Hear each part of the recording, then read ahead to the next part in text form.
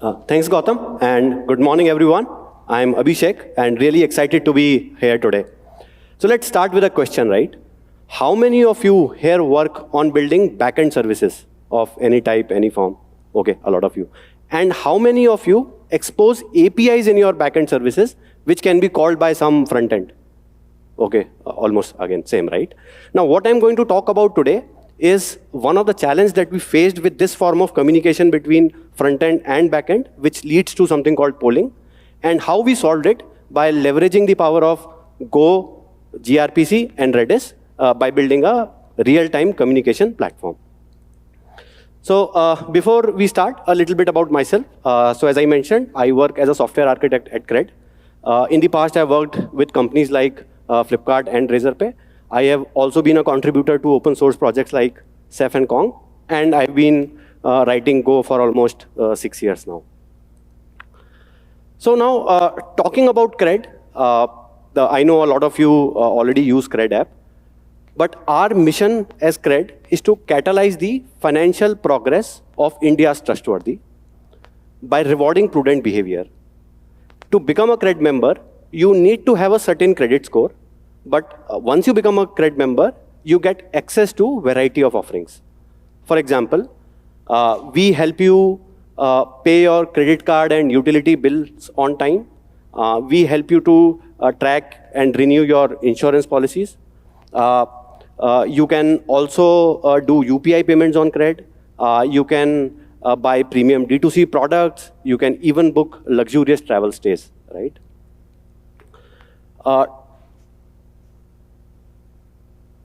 To also give you a sense of the scale at which we operate, in the last financial year, which was FY 23-24, over 1/3 of credit card bill payments in India happened on Cred, which amounted to a total processing volume of around 6.8 lakh crores. Now, to support this and all other offerings that we have a backend network of around 600 plus microservices. Now these 600 plus microservices, they heavily rely on async and event-driven architectures to sort of communicate with each other, because that's the only way to scale. But this form of communication leads to the problem of polling from the front end. And what I'm going to do next is that I'll go and explain this through a few examples. So let's suppose you come to the Cred app and you want to do a payment, let's say a UPI payment. Now this will get initiated from the app. The request will go to one of the backend services. And from there, the request will get initiated to the third-party provider, let's say NPCI, right? Now, the backend service will wait for the webhook intimation from the third-party provider for the status of this payment.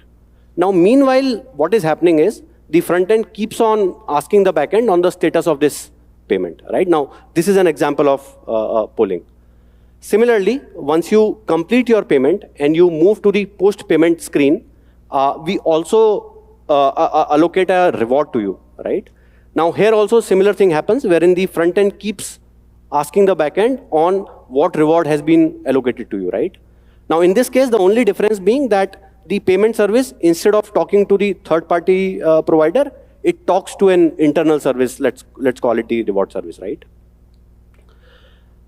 Giving you one more example. So for example, on Cred app, you can come and play some jackpot games, right? And what we do is we show you a ticker at the bottom, which tells you in real time what all other players who are playing the game are winning, right? Now in this case, it's also the game service sort of needs to aggregate all this information of all the other users who are playing the game in real time and show it to the app when the app asks for it, right? Now, so to sort of summarize, right, polling is everywhere, right? There are a lot of use cases of polling, but there are also some inherent challenges with polling. To start with, so one of the challenges with polling is that it adds to delays on the app, because you would always poll with some interval, right? But if you try to reduce this frequency or this interval and make the polling more aggressive, it leads to overloading the backend systems, right? Also, with aggressive polling, there is also higher resource utilization in terms of CPU or network or let's say battery on the front end side, right? Polling also causes a phenomena which is called retry storms, right? So let's take an example when in, let's say, one fine day, one of the backend services is degraded, right? And you have these so many front-end clients who are constantly sort of asking for status updates, right? So what this causes is that it causes retry storm and it hampers the ability of the degraded service to recover and come up faster, right? Which again impacts the availability of the overall system and increases the mean time to recovery, etc. 2 years back, we took up this challenge and we said, hey, we want to solve this problem. And what we built was something called Propeller, which is an opinionated push platform for real-time communication between front-end and back-end. To explain you the fundamental concept behind Propeller, so the way it works is, so Propeller acts as a proxy between your front-end clients and the back-end services, so that the front-end clients can establish a persistent connection with the Propeller back-end, and the back-end services, whenever they have to send an event, they just send it to Propeller, and then the Propeller relays it to the front-end, right? So this is how Propeller works. To talk about some of the features that Propeller has, so it allows you to send events to users. Propeller also understands the concept of devices. For example, a user can have multiple devices. So some backend service may want to send, let's say, an event to a particular device of a user or to all the devices of a user. So all of that is possible. Propeller also supports the concept of custom topics, wherein the front end and back end can sort of negotiate upon a topic and communicate. The games example that I showed in the previous slide, right? So there you could have a custom topic for a game where all the users who are playing that game get connected to that topic, right? So that is also supported. Apart from this, Propeller is also built with the philosophy that it should be very easy for any existing or legacy service to sort of integrate with it, right? Without changing their existing API contracts. So this was another design philosophy that we sort of took. Now, talking about the building blocks of Propeller, in terms of the protocol, Propeller uses gRPC. Now, gRPC again comes in different forms. There is unary gRPC, server streaming, client streaming. But what Propeller uses is bidirectional streaming, wherein the both client as well as the server can stream messages to each other in a non-blocking fashion, right? And when you work with gRPC, you have to define the gRPC specification in a protobuf format, right? So this is how the protobuf specification of Propeller looks like. So the first API that you see is the channel API, which is called by the front-end clients to establish this persistent connection with the Propeller backend, right? And what it takes is a channel request as an input, which is of type stream, and what it returns is again a channel response, which is again of type stream, which indicates that this is a bidirectional stream, right? The channel request and channel response messages in themselves are polymorphic in nature. What that means is you can send and receive any type of message on this single pipe or on this single channel, right? So for example, the message could be an event, or it could be an acknowledgement of the event, or it could be a topic subscription request, or it could be a request to unsubscribe from a topic, etc., right? All the other APIs that you see here are mostly unary, and they are called by the backend services to either send event to a user, or send event to a particular device of a user, or to send event to a topic, etc., right? Now, but with persistent connections, right, there is one challenge that comes, and that challenge is of connection affinity. So let me explain what that means, right? So let's say we have two clients. Client A is connected to Propeller backend, or has established the connection with Propeller backend on container 1. But the other client is connected to the container 2 of the Propeller backend, right?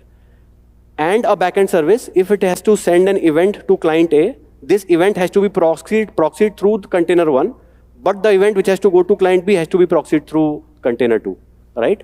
Now, how do we build this awareness, or how does the backend service get to know that, okay, to which container this event has to be sent, right? Now, we solved this problem in Propeller by leveraging existing PubSub brokers like Redis and Nats. So Propeller supports both Redis and Nats. With Redis, it supports sharded PubSub as well as Redis streams. With Nats, it supports the classic PubSub as well as the newer JetStream. So this is how the overall architecture of Propeller looks like, wherein the front-end client and the back-end service, they all talk to the Propeller servers using a load balancer. And different Propeller servers, they communicate to each other using PubSub brokers like Redis and Nats, as I mentioned, right? So to walk you through a typical flow, so this is how it works. So a front-end app or a client would establish this persistent connection through the channel request, which I just showed in the proto specification, right? This would land on one of the Propeller servers, and then the Propeller server will go and create a subscription on this PubSub broker, which is, let's say, Redis here, right? Now, whenever a backend service has to send the event, this will again come to one of the Propeller servers through the load balancer. This server will write it to Redis, and from Redis, it will again land on the container on which the connection to the front-end client is established, right? And the data will basically flow from here to the front-end, right? So this is how we solve the problem of connection affinity with persistent connections. Now this brings to another important topic, which is the requirement for high concurrency. Now let me explain. So whenever you open a CRED app, right, there is this persistent connection which is established with Propeller's backend, right? But at any given point in time, there could be thousands of users who could be connected, and there could be thousands of messages which could be flowing through this channel, right? Now, this is where Go and the power of goroutines come to rescue. So now going a little bit into the low-level details. So the way it is solved is by leveraging the event loop design pattern. So what happens is, whenever a channel request comes to the Propeller backend, there is a main event loop which runs. And this main event loop again spawns multiple child event loops through goroutines, right? So one of the child event loop is responsible for subscribing to the message broker. The other goroutine or event loop is responsible for listening to all the messages that are coming from the front end. Now, whenever these child goroutines, they have the data, they relay to the main event loop, and then the main event loop is responsible for sending it to the front end again, right? So this is how we make it scalable. At any given point in time, there could be thousands of such event loops and goroutines which are always running. Now, talking about the impact of this, right? So we launched it around 2 years back, and payments was the primary use case for which we launched it, as I showed in my previous slides, right? So when we launched it, we saw the P95 latency on front end dropped from 5 seconds to 250 milliseconds after introducing this. Today, Propeller serves around 10 plus use cases at CRED. Talking about some key metrics that we track. So at any given day, at peak, there are around 1,000 messages per second which are sent and received through Propeller. At any given day, at peak, there are around 300,000 goroutines that power this. And we do this with a fleet of around 3 or 4 Propeller containers with a total memory size of around 3 GB. Now, last but not the least, I am very pleased to announce that Propeller is now open source. Please go ahead, fork it, clone it, contribute it. That's all from my side. Happy for any questions. Lovely.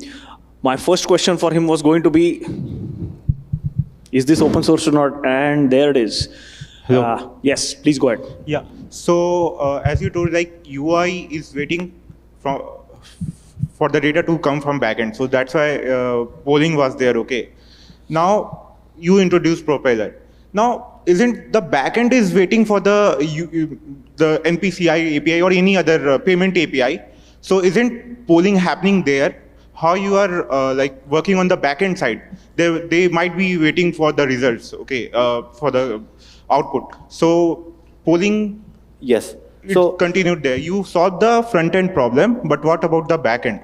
yeah, so as I mentioned previously, right, so there are different ways through which the backend service receives this data. So one could be the external provider, which could be, let's say, NPCI. Now, NPCI again is async in nature, UPI is async in nature, and it also sends webhooks, right? It could also be an internal service, and communication to internal service also happens through, let's say, some queues or Kafka, right? So let's say whenever internal service has to send an event, it will again send it through a queue, and this will land on the service, which has to give this data to the front end. So as soon as this message from the queue comes to this backend service, it can, at that point in time, it itself invoke Propeller, right? So that message can get transmitted rather than waiting for the polling in the defined interval. I hope that answers, right? Yeah. People who have questions, keep your hand raised so it helps our team. Hi, I am Ayush. So great talk, by the way. I had a question regarding network calls. So I saw the Grafana dashboards and all which you showed. But in this, like, the diagram flow which you showed, it showed like the network calls have increased. Have they increased? And if yes, then how did you make sure, like, network call, I mean, not the interaction between the front end and the back end, more of a private network call, that is between the interaction between the backend services. Have they increased because of Propeller? And if yes, then how you made sure, like... It has not increased. In fact, it has decreased. The reason being, so earlier what would happen is, whenever this request will come from app to, let's say, the Propeller back or any other service when Propeller was not there, that service, if the data was not there with that service, right, it will again do a sync API call to another external dependency, right? So there'll be a lot of chatter in the previous setup. Okay. But with Propeller, since everything is happening async and through events, so so these API calls have reduced. Now things, as and when the events are fired, they get transmitted directly to the app, no matter from where they sort of originate, right? Okay. And the second question is, like, how you take care of goroutines. So there are a lot of goroutines that get spinned. So how you take care of those? Do you have a limit to it, or maybe you don't care of? Yeah. So see, I think you guys would already be aware, right? So goroutines are sort of very lightweight threads, right? And there is very little cost in spawning goroutines. Now, as long as your goroutines are not doing any heavy computation, right? And in our case, they are not doing any heavy computation because they are not CPU bound. They are mostly network bound. Right? So they are just waiting for any data to come on the network interface, and whenever the data comes, they just have to transmit it, right? So hence we are able to manage these many goroutines without any significant impact. The only impact that so many goroutines can create is on memory, right? Because every goroutine that you spawn would have some memory footprint, right? The IO operations. But as I mentioned, we are able to do it, so 300K goroutines within 3 GB of memory, right? So again, it's a cost that we are okay to pay. So the total cost of running this setup in our environment is around $200 per month, wherein we support 10 plus use cases, right? Great. So it's not a huge from cost point of view. Okay, thank you. Hold on. I think there's a question there. I'll route it. Yes, please. I would also recommend anyone who asks a question, please do introduce yourself by just your name and maybe where you work, so it's easy.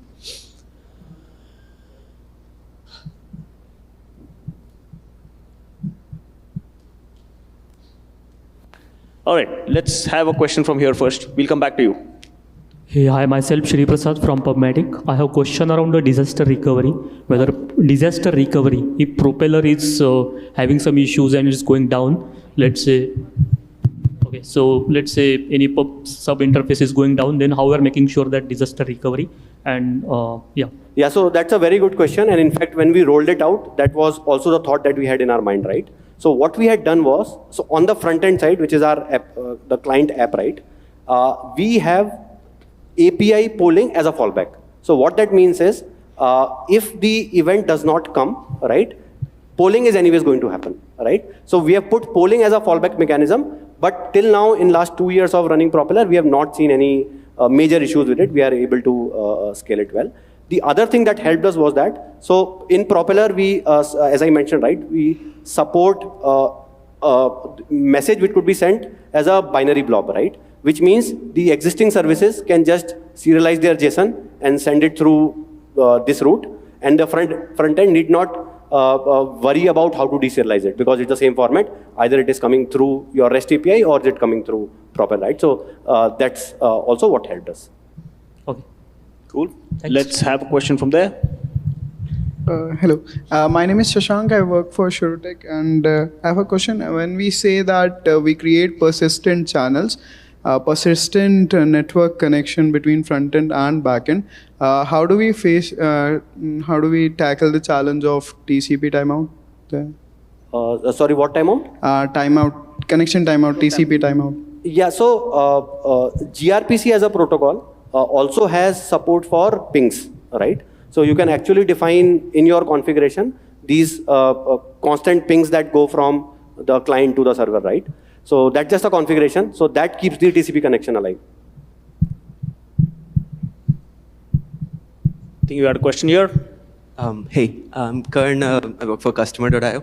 I saw Redis and Nats both. Is it just like an optional plugin, or do you use a mix of both at Cred, or what are the trade-offs that you saw? Yeah, so Propeller as a project supports both. So you can either use Redis or you can use Nats.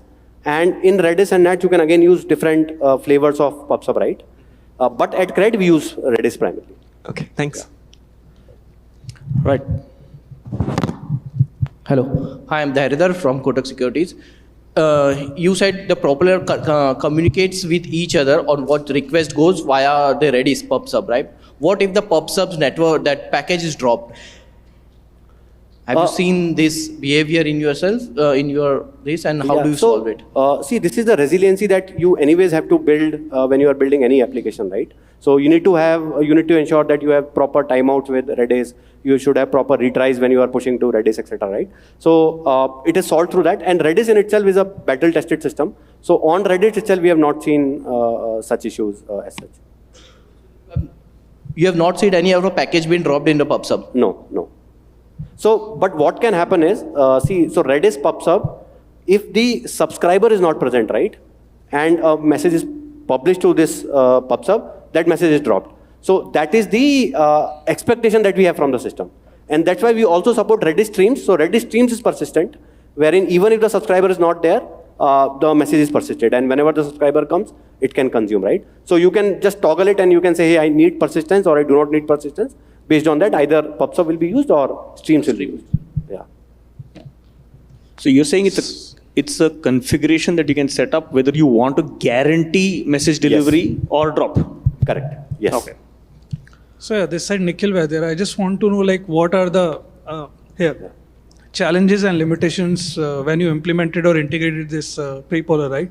Were there any challenges and limitations or drawbacks after this when you integrated this Propeller into the services? Sorry, drawbacks and limitations of what? When you integrate that Propeller into your Cred backend services. So yeah, only wanted to know that I saw the good result, how it's scaling and whatnot. So yeah, just wanted to know on that scale. Yeah, so I think some of the challenges were probably not related to technology itself, but probably related to how our internal infrastructure was set up. For example, we had to provision a gRPC type of load balancer in AWS, right?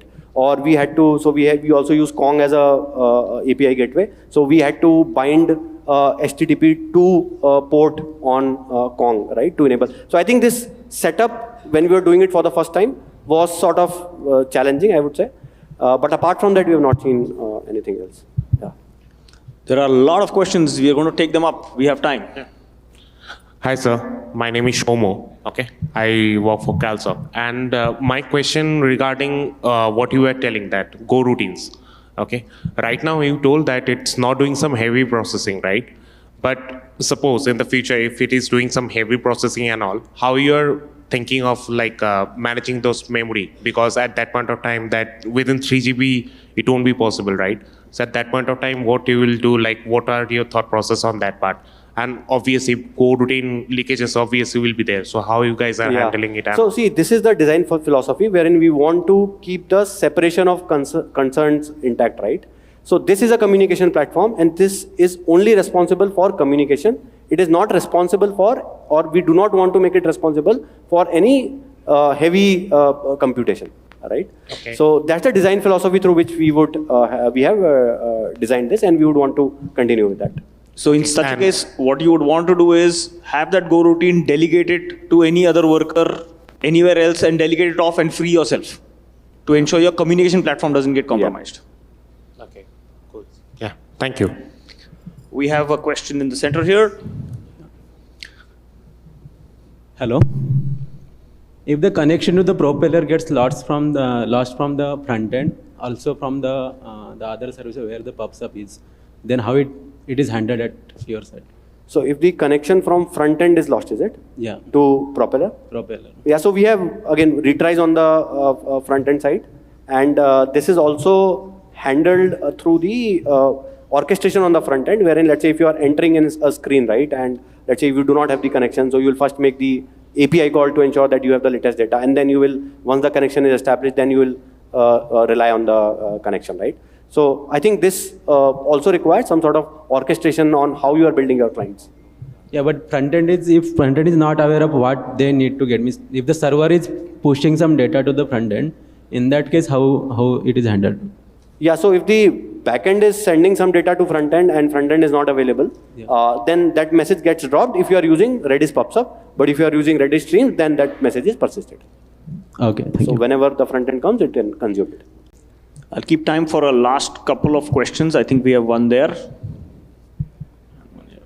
Sorry. Hi, my name is Pranit. I work at CoinDCX. I wanted to check that what are the other options you have explored, even like there are event streams that you can use to send the data from the backend. You don't have to do polling. So have you considered those solutions before moving to the PubSub solution? Sorry, which solutions you mentioned? Event-driven solution, basically you can create an event stream. You don't have to send data. You don't have to continuously poll from the front end. You can just push data from the backend via the event stream. HTTP 2 supports it. Even HTTP 1.2 supports it. So see, gRPC is built on HTTP 2. And what we have built is sort of an event stream which sends data from backend to front end. But we did consider other alternatives. For example, we looked at MQTT, we looked at WebSocket, we looked at, by the way, Propeller also supports WebSocket as a experimental support. We did consider, but finally we took a call to go with gRPC because it's more advanced, it has better performance characteristics, etc. Okay, thank you. Yeah. We'll take one last question there. Okay. One. Hi. So one sec. There's a concurrency race. Let's go with him first. Yeah, I had a similar question as well.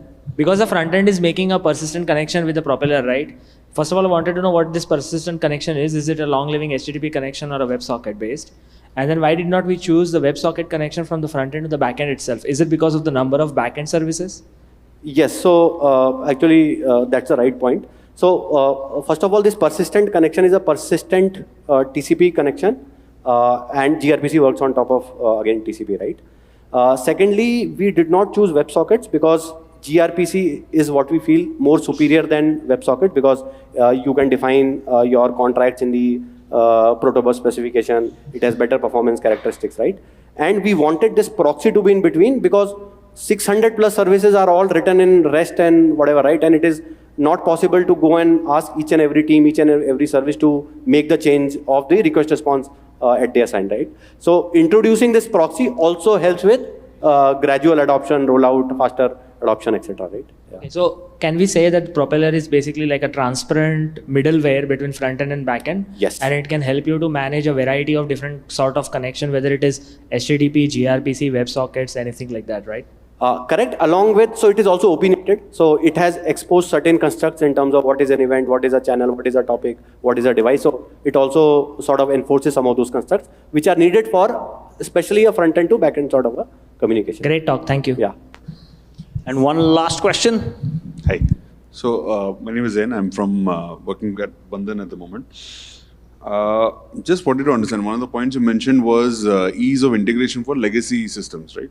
So can you just clarify, one is on the front end side and one is on the back end side, right? Yes. So one is your consumers, one is your producers, Yeah. right? So how have you made it easy? Because I mean, a lot of the legacy systems still using REST.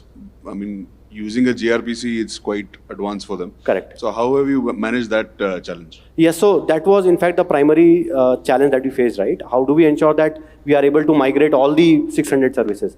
So the way we made it easy was that we asked the services that you do not have to change any of your contract.